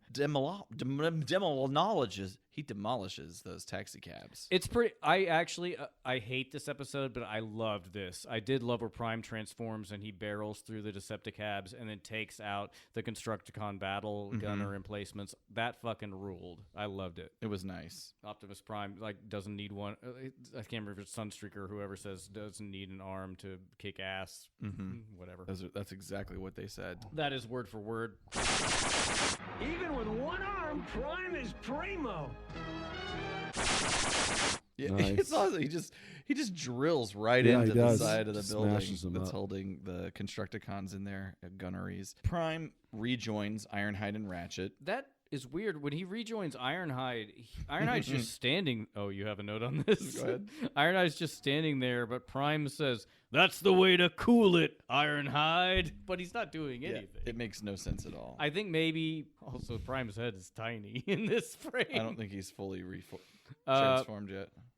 Yeah, it makes no sense. What does he say? So I don't know if he's been to be using his liquid nitrogen powers there or what. I think I saw on the TF Wiki that there is a version of the script where Ironhide did do something liquid nitrogen-y. I like the But they idea just that, I like the forgot. idea that Prime's just like, I'm gonna say something cool when I show up. Whatever. He's just always got... Prime is really the center of a lot of these mismatched lines in this episode. Yeah, from script weird changes. Yeah. Here's the plan. Prime wants his arm back. The gun would be nice too. He and his Vanguard... Because Did a lot of puns in this one. they use a jazz-style grapple from Ironhide. And starts scaling the tower that holds the gun at its peak. You got Ironhide, Ratchet, Optimus Prime climbing this bitch. Megatron is not down with this, and he orders an airstrike. The Seekers blast at the boys, then fly right through the goddamn tower, injuring themselves more than the building. I guess jet fuel can't melt steel beams. Oh, there we go. No. We did it. Finally. Well done. Yeah, it's Well not done. clear because they say the Seekers come in and Ratchet says they can't miss, and Ironhide says neither can we, and everybody misses. Did the jets just fly through And the then they building? just fly. Yeah, they just fly into the building with no clear In one reason. wall and out walls on the Why? other side. What the fuck? And we get more jet judo from Sideswipe. To rub a little stink on the wound. The Jets are injured at this point. They mentioned that they've kind of got to get out of here because they can't really fight anymore. And Sideswipe launches into the air, and he rides Starscream into the bay. Yeah, but he also says, "Say uncle, or I'll shove your nose cone into your afterburners." And then, does Starscream say uncle? He does. And then Sideswipe said, I didn't know Decepticons had uncles. Right, like he's working on his Tight 5 for the Tonight Show. So he can fly. Well, that's another thing. He's not using his jetpack. He just flies. But maybe we can just give it away that he is using his jetpack, I guess. They did send that memo. That Autobots can't fly. Right. Except with a jetpack. Right. Yeah. But we haven't got to the episode yet where it's explicitly stated, I think, by Starscream. Autobots can't fly. That hasn't happened, right? Not yet. Okay. All right. Well, Megatron, he commands the unveiling of the ultimate weapon. I put that in quotes. The Devastator. Because this is a Constructicon episode. We know what that's going to be. Shit, yeah. Phase 1, vehicle Oh, modes. yeah. Phase 2, morph into shapes you have no business morphing into. That's right. Which Phase we 3, won't show become a- you transforming into. You'll just combine that way. Phase 3, become a huge robot voiced by a grumpy old conscientious objector. That's right. Good old Arthur Burghardt. Devastator climbs the tower, King Kong style. The reference Which is Ratchet points Which, out. when I made the note, King Kong, and before I realized that they directly Yes. like acknowledge it. When I was like, okay, well, at least they acknowledge it. But yeah, it's totally King Kong. This is the second time, I guess not in a row, but the second time that they've referenced A 30s? Universal monsters right. Yeah. have played a very direct. Frankenstein, King Kong. role. It's almost like 50-year-old men are writing this show. That's true. That's a good point. It's weird to me. Spike and Bumblebee sneak Oh, yes. into Megatron's command post. You never really how'd they get in here to begin with? Where'd they come from? Oh, I had a different take.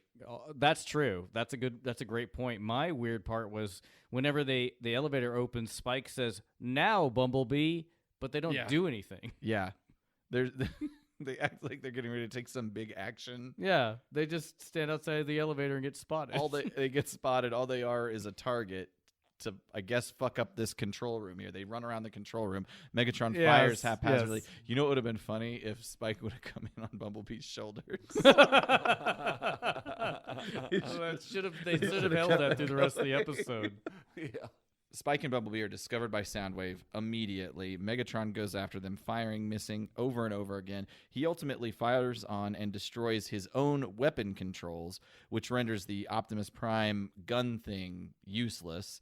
And then Soundwave sends Laserbeak and Buzzsaw after Yeah. Spike, which is kind of fun because is this our first appearance of Buzzsaw? It is. This is the first time we see Buzzsaw, although when he ejects them, they're both colored like Laserbeak. But yeah, it was neat. We got to see Buzzsaw, which is like, it's hype, that toy. I think he's in at least one, if not two, other episodes. I don't remember him at all, but yeah, like this is Make it those was kids neat. who never got Laserbeak feel like their I got toy the was worth orange something. one.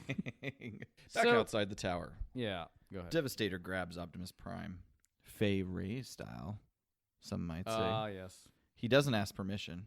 Well, this is explicitly, like you said, Caleb, where Wheeljack points out it is like King Kong, and Yeah. I don't know where Wheeljack gets these choppers that are coming up in just a second. Right. They But- really can't decide if Devastator has one visor or two eyeballs. Nope.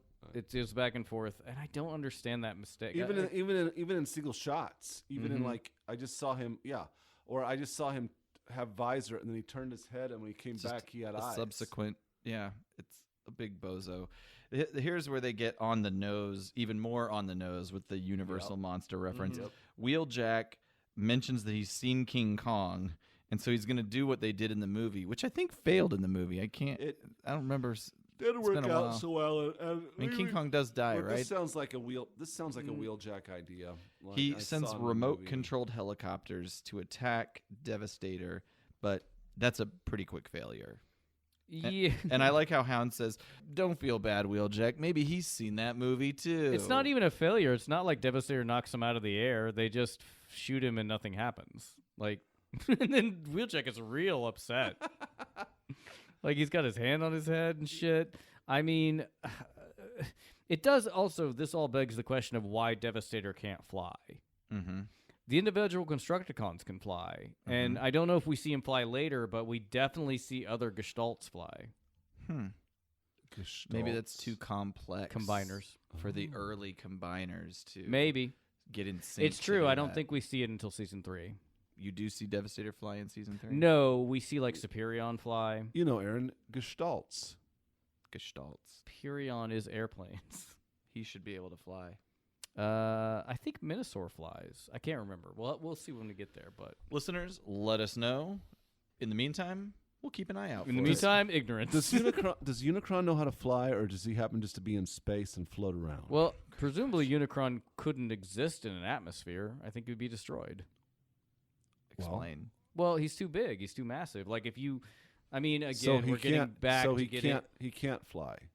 No, What if he found a planet bigger than him? it would Like a the sun. gravity would be so much it would tear him apart. Okay. What if he was shrunk down tiny? Would he fly? Yes. Okay. Okay. There are tiny Unicrons in the Transformers Prime What? series. That's stupid.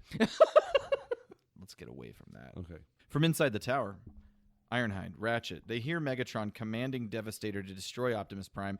They get a little sparkle of a fun They idea. fall through another sinkhole. Yeah. And they fire into the ceiling, People fall through a lot of shit creating in a this. hole. The Megatron and Soundwave fall through, and my assumption is that All the Megatron way and to the bottom. Soundwave keep falling through floors and keep bashing new holes in every floor all the way down. in this episode. Mm-hmm. Whew. Those scamps. Prime reaches near the top of the tower. Spike lets Prime know that, hey, you got complete control of your arm again. Devastator says, It will take more than your puny arm to stop Devastator. Right. Which is why it's lucky the hand at the end of that arm is holding a gun. Which you know. because you put it up there. Yes.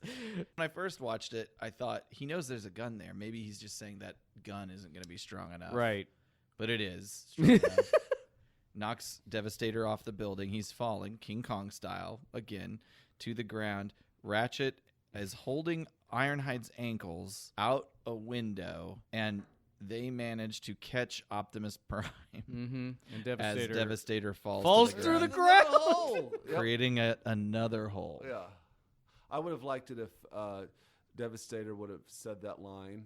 It'll take more than your arm to defeat Your the puny devil's arm. puny Yeah, arm to it'll defeat take more than your puny arm to defeat me. And then Prime would have said, perhaps a little bit of both.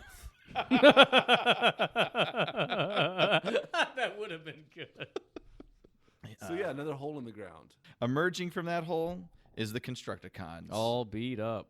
Retreating, getting out of New York City. You got to get out of the city sometimes. That's right. It'll eat And- you up. It'll eat New you York alive. proved too much for the man. That's a too much for the man. He's leaving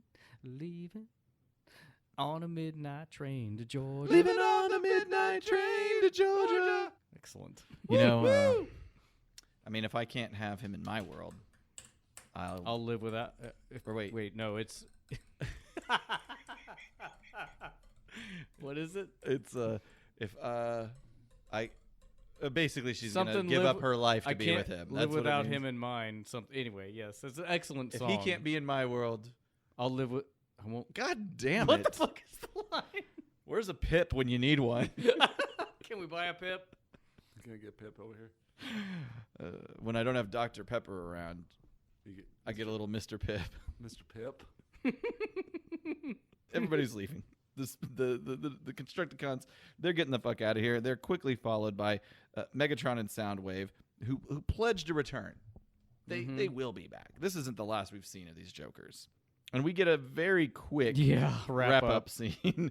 The Autobots ask, well, okay, I think we're to presume that an amount of time has passed because the city has been rebuilt. You got the old Empire State Building in the background there. Good. Everything is just right the way the humans wanted it. The towers, the Twin Towers are still there. The Statue of Liberty's painted weird. everything is in place. It's then at this point that Prime has his arm. They imply that they just put Prime's arm back on it. They didn't want him to help with the repairs. There's like, we don't need, we'll wait. Yeah. So everything's put back together, and then we get this cute Bumblebee thing. And another awkward line before we get to that. They ask how Prime's arm is. let me just rewind it. Okay. Well, Optimus, just as it always was, like the rest of New York City. Autobots, transform and roll out. There's just so many weird lines. Just as it always was, like the rest of New York City. Like, shitty, well, Like that's now where- New York City is just like it always was. resilient. Like my arm. Well, it is weird. That's a weird... I get what they're trying to say. I think the line is just meant it's to back to normal. Yeah, is what you could say. They helped my implication was they helped to rebuild New York City while they were there. So they should have said back to normal, just like the rest of New York City, Yeah. just as it always Just as it always was. And then a bum walks up in front of him and vomits. A lady gets her purse snatched and Hey! crime-ridden and rat-infested. Yeah. Our job is done here. Bankrupt. And the Autobots roll out. And that's the end of this Yay. episode. Oh, awesome. Yeah, well, and that's where we get the cute little thing where Bumblebee has the I Love New York bumper Yes. sticker on his front bumper, Why is that a which is problem? dumb. Why? Nobody puts bumper stickers on the I front think bumper. they used to on older cars when you had a front bumper to do that on. Is that real? I think it's You supposed to couldn't be a read it. license plate, not a bumper sticker. I have the new MP, whatever it is, I was going to say 45 or MB 46 Bumblebee. Yeah, it'd be 45. And it has that as a gimmick. I've got him in robot mode, so I don't have that bumper. But it's like more of a license plate that you put on there. So yeah, cute, like much loved New York, man. I love New It's York. hard to believe this is their love letter to New York. This is it's weird. Alligators. I do have a little bit about the I Love New York trademark Sure, let's hear it. thing. Introduced in 1977. The logo was created by graphic designer Milton Glaser in the back of a Famous graphic taxi. designer. That Huh? is, Yeah. Milton Glaser is a world famous graphic He designer. did it in the back of a taxi with red crayon on scrap paper. The original drawing is held in the Museum of Modern Art in Manhattan. And it is a trademarked thing. So, like, as of 2005, the state of New York had filed almost 3,000 trademark violations to imitators of the I Heart blank thing. Oh, one quick thing. So are they filing it against even the parodies? Probably not the parodies. Probably, like, People selling merch that says I yeah, Heart selling New York merch, yeah. on the streets. like T-shirts and shit. Mm-hmm. The one real quick thing about the unfortunate part of setting your episode in a real well-known city is that you're going to make a lot of mistakes. I mentioned a bunch of them. The last one is one that happens at the very beginning and seemed a little nitpicky, was at the Hudson River. We see the Chrysler Building south of the Empire State Building, which should be north, and both buildings are way too far south relative to the Twin Towers. Yup. Almost not worth mentioning at all. Fucking AKOM. Do we want to take a little trip to... In the real world. Hey, let's do it. Where 7 strangers are picked to live in an apartment. It's where... 7 strangers. Find out where That's a true story. things get real. True story. So this episode, City of Steel, aired October 17th, 1985. In the American Top 40, it was Aha's Take on Me. Nice. One of my favorite songs of all time. Nice. Particularly memorable for its rotoscoped music video, which rotoscope, for anybody who doesn't know, is whenever you have you film actual people and then you animate the cells over it so it looks like natural movement. Popular technique. Rolling Stone noted this song is having one of the hardest to sing choruses in pop history. Morton Harkett's vocal range on the song is over 2.5 octaves, hitting both the song's lowest note, A subset 2, and the highest one in falsetto, E subset 5. Caleb, I don't know if you know what any of that means. I don't. Say it again. He has a vocal range over 2.5 octaves, hitting the song's lowest note, A subset 2, and highest note, falsetto, E subset 5. Yeah, so big range. All right. I'm glad we cleared that up. Yep. The video was directed by Steve Barron, who also directed Teenage Mutant Ninja Turtles, Coneheads, and Dire Straits' Money for Nothing. Tying it all together. A 35mm high-res version. And we're talking about TURTLE Power Ninja Turtles? Yes. Maybe? Oh, yes. Great. The first live action. Not the cartoon series. Correct. Okay. The 35mm high-res version of the video was uploaded in 2008 and put on YouTube, which averages about 500,000 views a day. Wow. And is close to passing 1 billion views right now, which only 3 videos from the 20th century have done. Anybody want to guess? What? Yes. Thriller. You've got Gangnam Style. From the 20th century. Oh. Michael Jackson's Thriller. It's not one. Really? It better not be Life is a Highway, Tom Cochran. It's not that. I'll give you a hint. One of them is by a hair band. Oh, so it'd be Guns N' Roses. Is it Paradise City? No, Use Your Illusion. Oh, it's November Rain. Absolutely. November Rain. That one? God damn. Another one is by a guy who is a grunge hero. Oh, Nirvana Smells Like Teen Spirit. Uh-huh. And the third one is by... Oh, it's Bohemian Rhapsody. Yeah, okay. Wow, that's crazy. So, at the box office, number 1 was Commando. I've never seen that flick. I hadn't either until recently. It's West's favorite action movie. Really? Which is why... Is it good? I can understand it's how... early Schwarzenegger, right? Yes. I can understand how... I mean, it's 85 of Schwarzenegger. I can understand how watching it as a kid, it could be your favorite. Like, watching it now, I'm like, I think there are better ones that he's in, but it's pretty standard fare. Yeah, I bought the poster for that movie for her birthday last year and framed it. What a sweetie. Yeah, I'm a good boyfriend. John Matrix, retired Special Forces colonel, tries to save his daughter Jenny, who was abducted by his former subordinate. Is the description of that movie. It's number 1 for 3 weeks at a budget of $10 million, made $57.5 million, so it was a huge hit. Also starred Bill Duke, who was in Predator with Arnold Schwarzenegger as well. Bill Duke. He was the guy who was always shaving in Predator. Okay, yes. Mm-hmm. Crazy Eyes. Yep. On the cover of TV Guide, a woman I had a huge crush on as a kid, Victoria Principal. I don't know if you know who that is. She played... no. She played Pamela Ewing on Dallas. I didn't watch Dallas. Bobby Ewing's wife. I didn't watch Dallas, but we're going to Google her. All right. The Victoria Principal. She basically is like has a cosmetics company now, I believe. Interesting attraction. Oh yeah, she looked good. My jam. The series of Dallas ran from 78 to 91. Principal left in 87. The cover that we're talking about on TV Guide was the one where Bobby was killed off at the end of the 84-85 season and returned for the infamous shower scene at the end of the 85-86 season, making the whole season a dream. Like it never happened. Nice. I guess you guys didn't watch Dallas like I did. Dallas wasn't one of ours. We were strictly a Wednesday and Thursday night. Oh, you guys weren't into Falcon Crest or No, I didn't really like any adult dramas.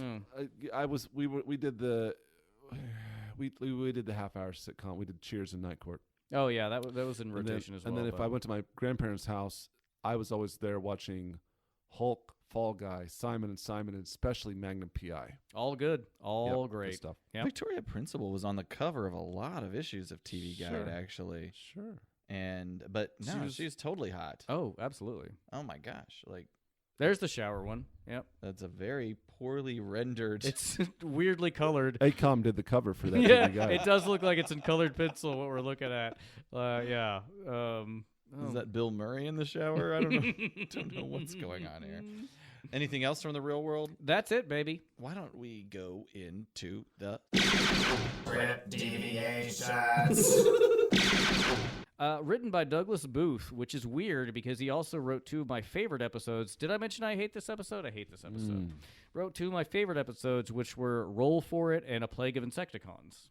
And some more later that we haven't covered yet. He is also credited as associate story consultant on Transformers the movie. This is another one where I couldn't find the script online. So I went back to the Hasbro briefing binder. Jesus Christ. It's not the show Bible, but it's just some quick nicknames of everybody. Cliffjumper, the OG name of him, his real name was Blowout. Windcharger's original name was Sprint. Nickname Jackrabbit. Brawn's nickname was Muscles. Sunstreaker's original name was Spinout.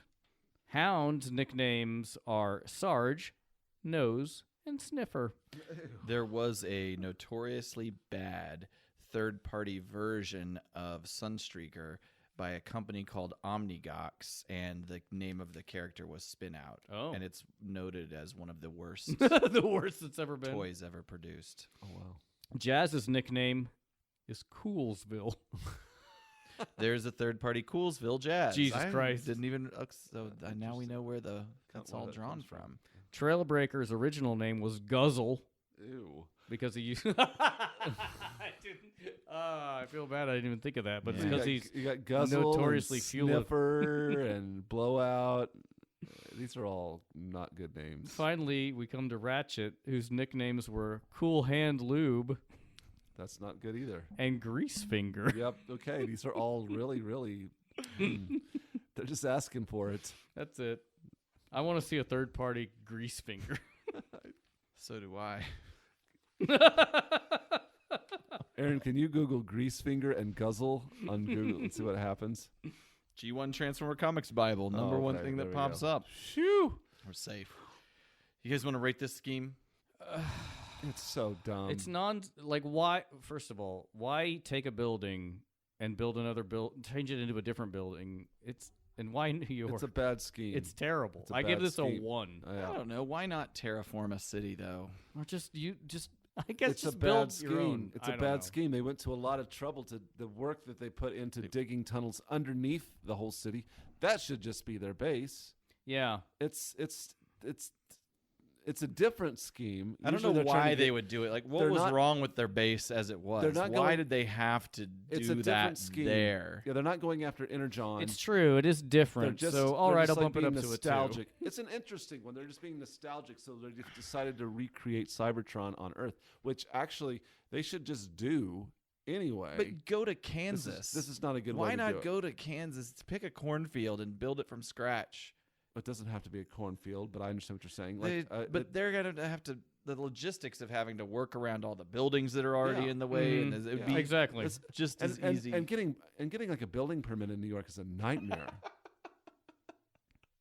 And what if they wanted to get one of those goddamn taxi cab tokens? You got to get like Those are expensive. you got to get a certificate of insurance to go in, and there's like people you got to pay Politics off. involved. Yeah, Trump is somehow in the middle of all this. I wish. He's around. Yeah, he is. They should have had animated Trump in this. Yeah, he would be. He would have been involved. He would have been involved. It's absolutely wonderful, Megatron. He probably brokered the deal, and that was not Trump. No, that that was wasn't Bernie good. Sanders. It did come out a little bit. I can't do a Trump impression. There you go. That's a good one. That's a good one. So we don't like the scheme very much. I wonder if there's any that we will like. Maybe. There's We've liked some I've liked before. some. Time will tell. I gave some an 8. I don't think we've given any an 8. I think I gave the original Countdown to Oblivion an 8, and it went down from there. Mm-hmm. Or no, not Countdown to Oblivion. The 3-parter, whatever it was. I can't remember. Was it Countdown to Oblivion? No. Yeah. That was the 1-parter. After the 3-parter. Well, then what was it called? Whatever. We're really good. I'm glad we're good at this. Are go-to Transformers We're authorities. experts. So okay, we can. I'm the ghost of the iconic movement. You know, the credits were pretty great for me. This is a very iconic episode. The whole alligator Optimus Prime, the whole gun arm thing. Yeah. I feel like these are you can hate the episode, but you have to admit it stands out. Yeah. I actively disliked every second I was watching this episode. Man. It was fun in that Tommy Wiseau way. I to me disagree. At least that's in focus, and like the blocking's good. Caleb, you're with me on this. Yep, I am. There's a bunch of iconic moments in Again, I'm a very illustration guy. Like, I can't read a comic unless I like the artwork. I can't watch a show if I hate the animation. I'm just gonna hate it. It's just gonna make me angry. The animation wasn't the best. No, it was not. It was terrible. on the corny, cheesy side. I would say it's the worst we've seen of any Yes. of the episodes so far, maybe. by a wide margin. Next time on the Autopod Decepticast. The Autobots are going to put away their Gideon's Bibles and take a few cues from the Devil's Playbook. I haven't looked forward to what we're recording next. I don't even know. I don't know much about it. I just know that the Autobots go evil. Oh, yes. So join us at the Autopod Decepticast store, first of all. We got them posters. We got them buttons. Who made those? We all did. That's right. We ain't no punk asses. We made them. They're glorious. They're great. Check them out. Please Join buy our them. Patreon, patreon.com/APODDcast, and depending on your level, you may be getting some of those things. Might as get part that of for your- free. Part of you. Well, not for free. You know, You where know we're the drill. You know what we're saying. But also, most importantly, continue to listen to the show on your podcast platform of choice. Yeah. Which one do you choose, Caleb? I usually go for Apple. What do you choose, Ryan? Stitcher. I'm Stitcher all the way, but we're also available on Spotify, Tuned In, Google Google Play. Play. You owe me a Coke. 5 stars, please.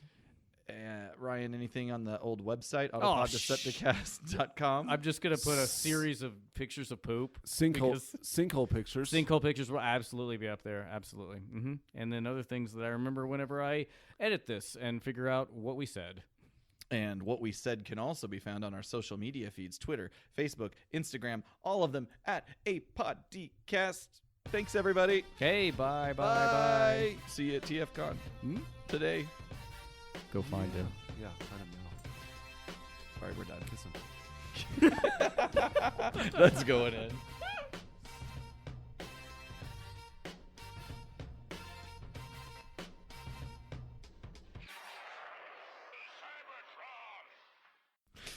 Can I pee real quick? No. Be just a second. I don't know why I'm so hydrated. Good for you. Tell us if your pee is yellow or clear. Clear and copious. Yeah, is that what yours is? Not usually. What do you think we can do to clear it up? Drink more water. That is the key. Drink less. Anything else? Drink less alcohol. You're not drinking alcohol? What are you talking about? I thought you were relatively clean. No. Oh, okay. All right. Have you been playing out? Not a lot, but I have a bottle of that Lafroig at home, and I get a little nip off that every night. Okay. But not every night. But I don't buy beer and bring it home anymore. It's just too many. Makes me fat. Liquid bread. Yeah, so I don't bring the beer home. But I will. I don't drink a lot when I play out. I usually have one alcohol drink a set. Okay. So I might That's have it? Yep. I'm surprised by that. I would just be boozing all over the place if I played out. No, I at the end of the night I got to break all my shit down and load it up in my van and go home. And I'd rather not be drunk when I do that. Turns Fair out enough. it's impossible to tell what color your pee is because that's a black toilet. Oh yeah, that's right. You could see. Can't you see it before it hits? I should have cupped it in my hands. Stepped 5 feet away from the toilet. Just peed in the sink. You should have peed in the sink. Or Which just is the all floor. the sink's also black, guys. No, God damn it. he did the right thing. Okay. I think where we were was at the shared guffaw. Yep. Bro Cells is the sponsor of Autopod Decepticast. Yes.